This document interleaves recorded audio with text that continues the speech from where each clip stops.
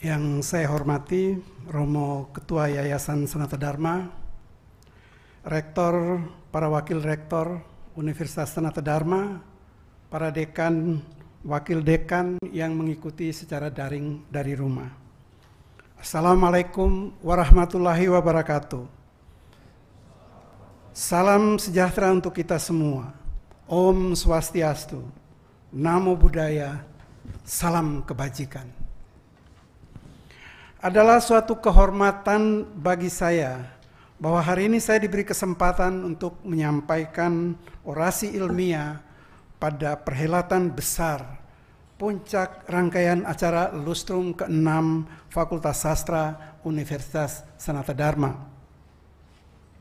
Seperti juga dicatat oleh Pak Dekan dalam laporannya tadi, sastra seringkali dianggap sebagai sesuatu yang tidak penting dalam skema prioritas pembangunan sebuah negara. Fokus dan prioritas pembangunan nasional yang lebih banyak diberikan pada pembangunan ekonomi dan infrastruktur fisik yang dapat diukur secara kuantitatif seperti pembangunan jalan, jembatan, gedung, dan sebagainya. Hal ini mengaburkan peran dan fungsi sastra sehingga masyarakat pada umumnya kurang memahami pentingnya sastra dalam pembangunan sosial, ekonomi, dan budaya. Sastra pada akhirnya hanya dianggap sebagai sarana yang menyediakan hiburan dan kurang memiliki nilai praktis. Lustrum ke-6 Fakultas Sastra Universitas Sanata Dharma mengangkat tema peran dan tanggung jawab insan sastra sebagai global citizen dalam respons permasalahan dunia. Tema tersebut tidak hanya bertujuan menjawab keraguan masyarakat tentang peran dan tanggung jawab sastra, tetapi sekaligus dimaksudkan untuk menegaskan jati diri Fakultas Sastra dalam konteks Universitas Yesuit sebagai universitas yang terlibat di dalam masyarakat global, menghidupi semangat untuk menempatkan diri sebagai warga global. Pertanyaan yang ingin dijawab dalam orasi ilmiah ini adalah, bagaimana sesungguhnya peran dan tanggung jawab insan sastra dalam merespons masalah-masalah masyarakat? Manakah argumen-argumen akademis yang menjelaskan hubungan antara sastra dan tanggung jawab sosialnya? Masalah-masalah global apa sajakah yang sedang melanda manusia sekarang ini? Bagaimana peran dan tanggung jawab Fakultas Sastra pada umumnya dan program studi Magister Sastra di dalam mendidik insan sastra yang sadar akan persoalan-persoalan global? Singkatnya, manakah sumbangan sastra di dalam merespons masalah-masalah global tersebut? Mohon izin, saya hanya akan membacakan ringkasan dari buku pidato yang sudah saya tulis dalam 4 bab dan 71 halaman, karena saya hanya diminta untuk melakukan orasi ini selama kurang lebih 30 menit.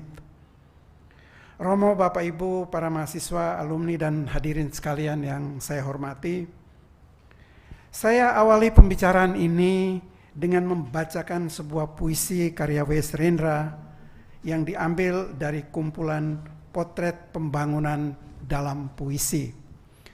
Saya minta maaf atas diksi yang mungkin terlalu keras yang digunakan oleh W.S. Rendra. Sajak seorang tua di bawah pohon, karya W.S. Rendra. Aku melihat darah di langit. Ya, kekerasan mulai mempesona orang. Yang kuasa serba menekan, yang marah mulai mengeluarkan senjata. Bajingan dilawan secara bajingan. Ya, inilah kini kemungkinan yang mulai menggoda orang. Bila pengadilan tidak menindak bajingan resmi, maka bajingan jalanan yang akan diadili. Lalu apa kata nurani kemanusiaan? Siapakah yang menciptakan keadaan darurat ini? Apakah orang harus meneladan tingkah laku bajingan resmi? Bila tidak, kenapa bajingan resmi tidak ditindak? Apa kata nurani kemanusiaan? Oh, senjakala yang menyala, singkat tapi menggetarkan hati. Lalu sebentar lagi orang akan mencari bulan dan bintang-bintang. Oh, gambaran-gambaran yang fana. Kena langit di badan yang tidak berhawa, dan langit di luar dilabur bias senjakala. Maka nurani dibius tipu daya. Ya, akulah seorang tua yang capek tapi belum menyerah pada mati. Kini aku berdiri di perempatan jalan. Aku merasa tubuhku menjadi anjing, tapi jiwaku mencoba menulis sajak sebagai seorang manusia. Rendra melihat senjakala yang menyala, sebuah frase puitis yang mengacu pada kondisi kehidupan sosial manusia yang buruk, yang dipertontonkan secara terang benderang. Senja yang menyala menggambarkan kehidupan manusia yang semakin hari semakin panas, yang tidak lagi sejuk dan nyaman. Senja yang terbakar oleh berbagai persoalan manusia, seperti kemiskinan. Bagaimana tanggapan penyair itu? Bagaimana tanggapan sastra? Aku merasa tubuhku sudah menjadi anjing, tetapi jiwaku mencoba menulis sajak sebagai seorang manusia. Mereka menulis sajak, mereka menulis karya sastra. Peran sastrawan tidak sekedar menghibur, tetapi untuk menginspirasi perubahan dan menciptakan dunia yang lebih baik. Dengan melampaui batas-batas pemahaman atau ekspresi yang umum, sastra dapat menantang kemapanan dan status quo, mendorong pemikiran kritis, dan mendorong kemajuan menuju masyarakat yang lebih adil dan merata. Romo, Bapak Ibu, para mahasiswa, alumni dan hadirin yang saya hormati. Marilah sejenak kita mencermati apa sesungguhnya yang terjadi di dunia akademik ilmu sastra. Kita akan memperhatikan pemetaan teori-teori sastra, termasuk kedudukan teori-teori kritis, untuk memahami berbagai paradigma di dalam konstruksi historis ilmu sastra. Paradigma didefinisikan sebagai kaidah, dalil, tasrif, dan pola dari suatu teori yang dianggap benar dan baku, yang dapat dijadikan asumsi atau proposisi sehingga dapat dijadikan pijakan kegiatan ilmiah. Dalam jagat sejarah kritik sastra, terdapat demikian banyak paradigma, pendekatan, dan teori yang digunakan di dalam meneliti, mengulas, dan menilai karya sastra.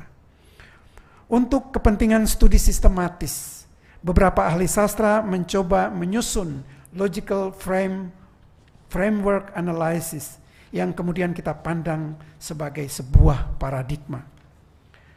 Sampai saat ini ada 3 kerangka kerja sistematis penelitian sastra yang dapat kita sebut sebagai paradigma ilmu sastra. Yang pertama, paradigma Raleigh Wallich dan Austin Warren yang membagi kritik sastra atas 2 pendekatan, yakni pendekatan intrinsik dan pendekatan ekstrinsik. Kedua, paradigma Ronald Tanaka yang membagi kritik sastra atas 2 pendekatan, yakni pendekatan mikrosastra dan pendekatan makrosastra. Serta yang ketiga, paradigma M.H. Abrams yang membedakan kritik sastra atas 4 pendekatan, yakni pendekatan objektif, pendekatan ekspresif, pendekatan mimetik, dan pendekatan pragmatik. Saya melakukan reposisi terhadap paradigma M.H. Abrams dengan menambahkan 2 pendekatan, yakni pendekatan eklektik dan pendekatan diskursif. Pendekatan eklektik adalah pendekatan yang menggabungkan secara selektif beberapa pendekatan untuk memahami sebuah fenomena. Pendekatan diskursif adalah pendekatan yang menitik beratkan pada diskursus sebagai sebuah praktek diskursus. Teori-teori kritis, termasuk teori-teori pasca strukturalisme, tergolong ke dalam pendekatan diskursif ini. Pendekatan diskursif adalah sebuah pendekatan analisis sastra kritis yang terfokus pada pembongkaran wacana sastra sebagai media pengungkapan kekuasaan, dominasi, ketidaksetaraan yang dipraktikkan, direproduksi, ataupun dilawan oleh teks-teks sastra. Pada titik inilah kontribusi ilmu sastra di dalam merespons berbagai persoalan manusia, termasuk persoalan global, mulai menemukan relevansinya. Romo, Bapak Ibu, para mahasiswa, alumni, dan hadirin yang saya hormati. Selanjutnya, marilah kita melihat beberapa permasalahan dunia dan bagaimana respon sastra terhadapnya. Karena keterbatasan waktu, saya hanya akan mengungkapkan tanggapan sastra terhadap dua persoalan global, yaitu perang dan persoalan krisis lingkungan hidup. Pertama, perang dan ingatan penderitaan di dalam sastra. Perang dan konflik merupakan fenomena yang kompleks dan multifaktorial yang menyertai sejarah peradaban manusia sejak zaman prasejarah. Pada saat ini dunia sedang menyaksikan sebuah ironi, yaitu kegilaan perang antara Rusia melawan Ukraina yang terus berlanjut dan tak mampu didamaikan oleh organisasi dunia seperti PBB. Sebelumnya umat manusia menyaksikan kegilaan perang yang dalam sejarah disebut Perang Dunia Pertama dan Perang Dunia Kedua. Kita juga menyaksikan konflik bersenjata yang seolah-olah tak pernah berakhir antara Israel melawan Palestina. Perang itu membawa banyak sekali dampak buruk bagi manusia dan kemanusiaan. Adalah Vered Cohen Barzilai, seorang mantan tentara Israel yang turut serta di dalam penyerangan dan pendudukan warga Palestina di tepi Gaza dan jalur Gaza, di tepi barat dan jalur Gaza, tidak pernah percaya bahwa kedamaian hidup manusia di dunia ini bisa dibangun dengan senjata dan kebencian. Vered menentang kekerasan. Dia menentang perang. Dia selalu menyerukan perdamaian. Baginya, semua masalah harus diselesaikan dengan cara damai, hanya melalui negosiasi dan sentuhan kesusastraan, bukan perang. Perang adalah kesia-siaan dan kebiadaban dalam konflik antar manusia dan antar bangsa.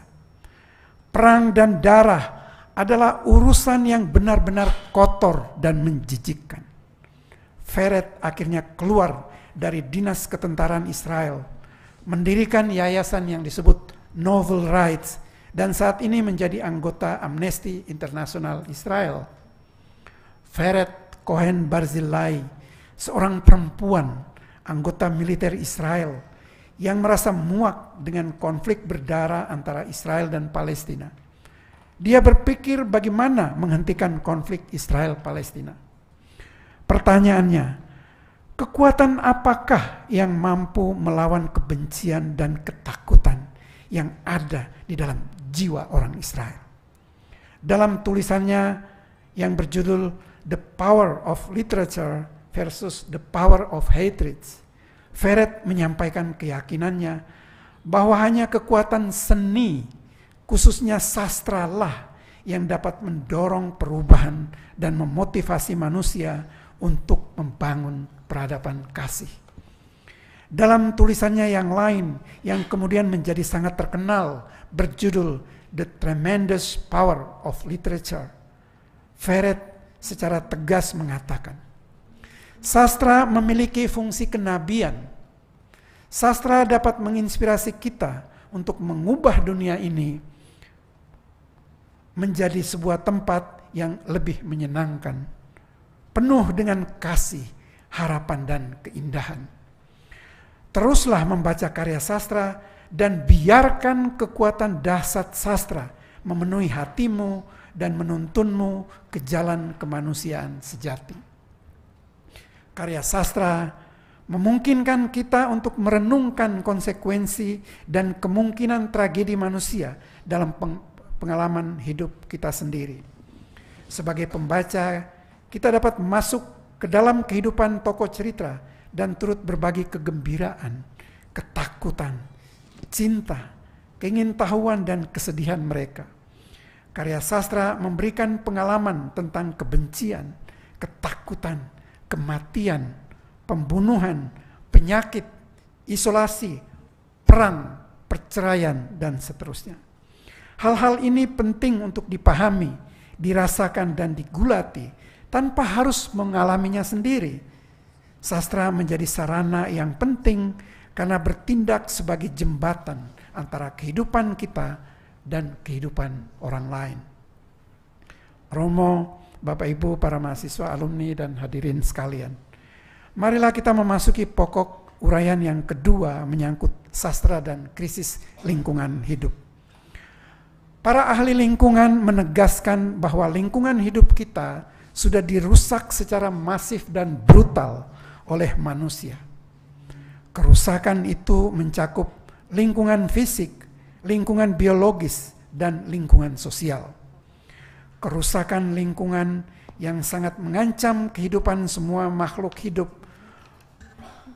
membuat ilmu ekologi memasuki hampir semua bidang ilmu dan menarik perhatian hampir semua ilmuwan. Kerusakan alam menyebabkan kerusakan degeneratif dari lingkungan melalui menurunnya kualitas dan kuantitas aset alam seperti air, tanah, udara, ekosistem, intrusi habitat, pembasmian satwa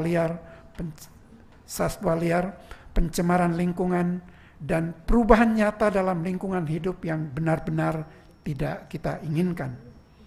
Kerusakan lingkungan telah menyebabkan perubahan iklim dan pemanasan global.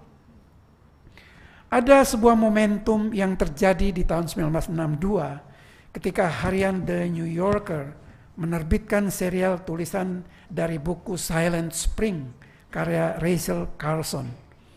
Buku ini menyuarakan ketertindasan alam oleh kaum kapitalis, terutama berkenaan dengan penggunaan pestisida secara berlebihan untuk membasmi hama di Amerika Serikat.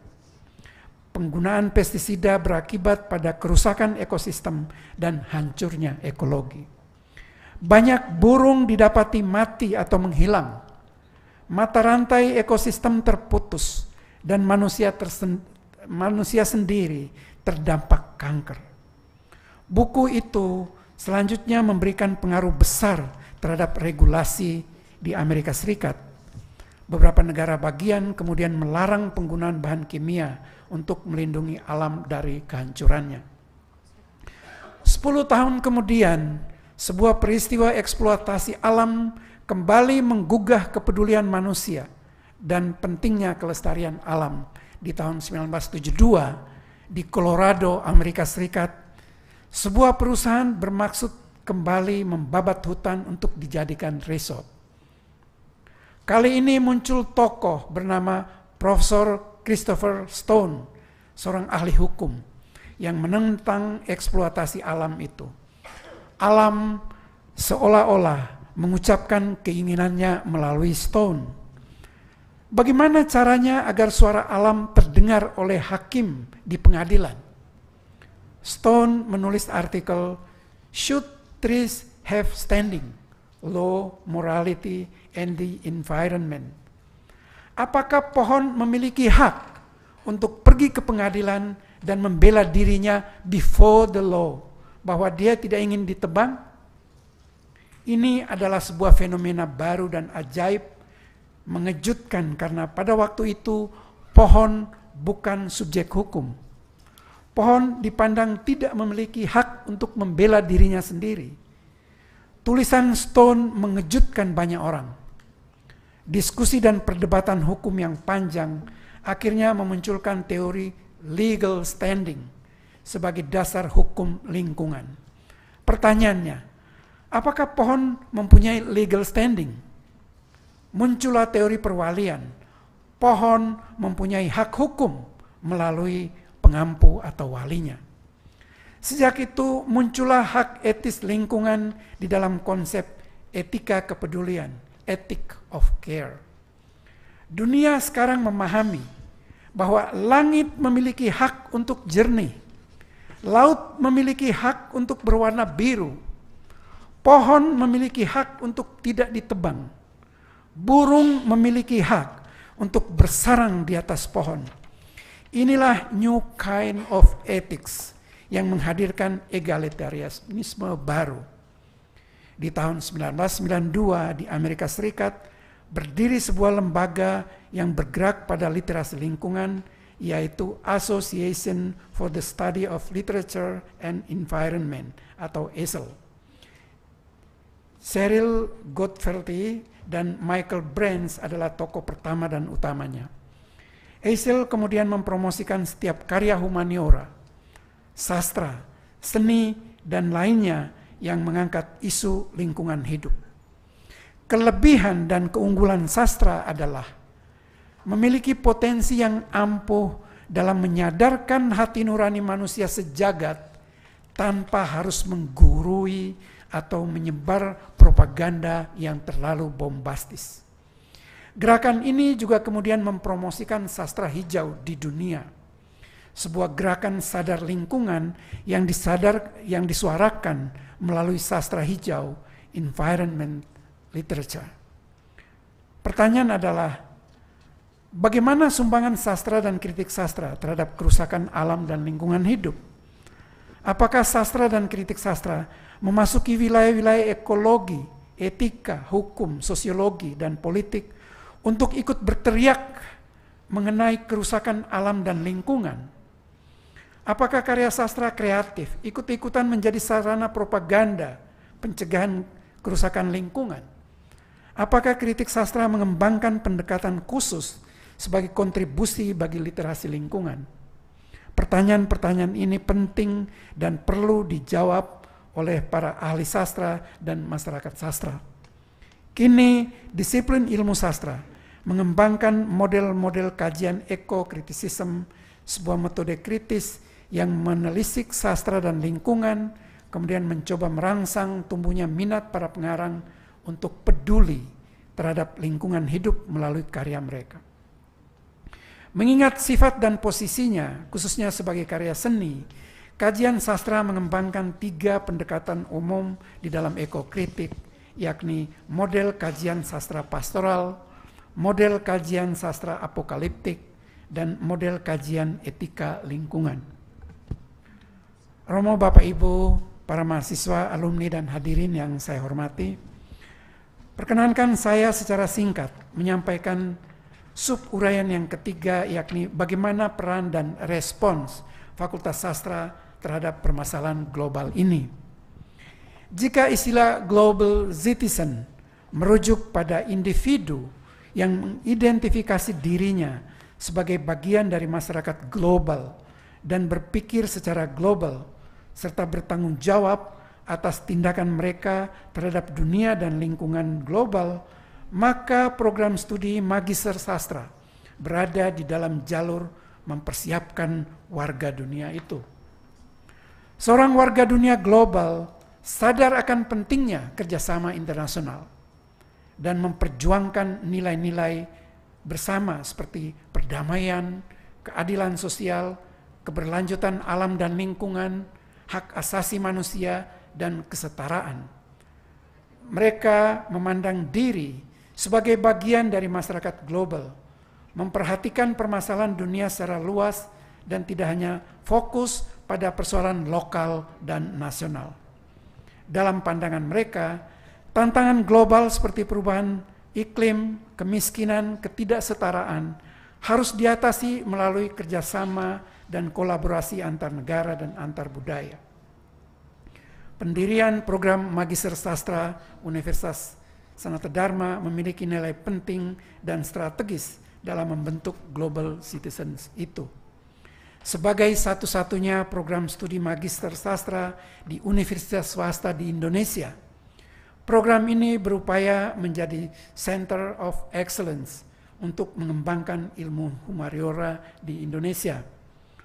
Melalui bidang peminatan yang tertuang dalam kurikulumnya, program Magister Sastra menyiapkan mahasiswanya untuk menguasai persoalan lokal, peminatan sastra Nusantara dan sastra lisan, nasional, sastra Indonesia, regional, sastra bandingan, dan global cultural studies.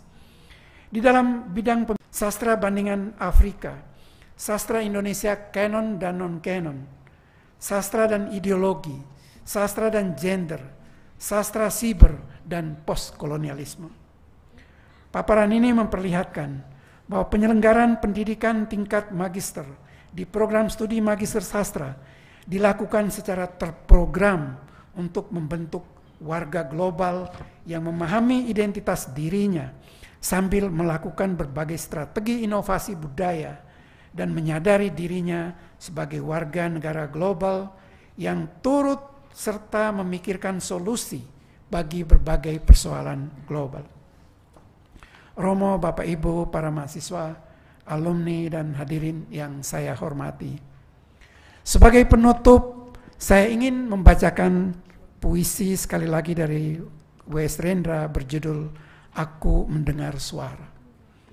Puisi ini seperti menyimpulkan pembicaraan saya tentang respons sastra terhadap permasalahan global manusia. W.S. Rendra dalam karyanya Aku Mendengar Suara. Aku mendengar suara jerit hewan yang terluka.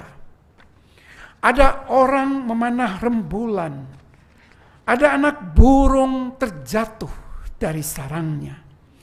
Orang-orang harus dibangunkan. Kesaksian harus diberikan agar kehidupan bisa terjaga. Puisi Aku Mendengar Suara merepresentasi pandangan sastra sebagai karya yang mengingatkan manusia tentang berbagai permasalahan krusial manusia. Ada jerit hewan yang terluka, ada anak burung terjatuh dari sarangnya, ada orang memanah rembulan. Puisi ini ditulis dengan tujuan agar orang-orang harus dibangunkan, kesaksian harus diberikan agar kehidupan bisa terjaga. Inilah bentuk tanggung jawab insan sastra di dalam merespons berbagai permasalahan global. Benarlah apa yang dikatakan Aristoteles. Sastra adalah jalan keempat menuju kebenaran setelah jalan agama, filsafat, dan ilmu pengetahuan. Jalan kebenaran sastra adalah jalan yang bersifat kreatif, menyentuh, mengajak, memberikan pilihan-pilihan, berdialog dengan hati nurani, dan tidak pernah memaksakan kehendaknya. Gaudiamus igitur, vivat academia, vivant professores. Karena itu, marilah kita bersukacita, hidup akademia, hidup para profesornya. Selamat merayakan lustrum ke-6 Fakultas Sastra, panjang usia dan terus berkarya. Sekian dan terima kasih.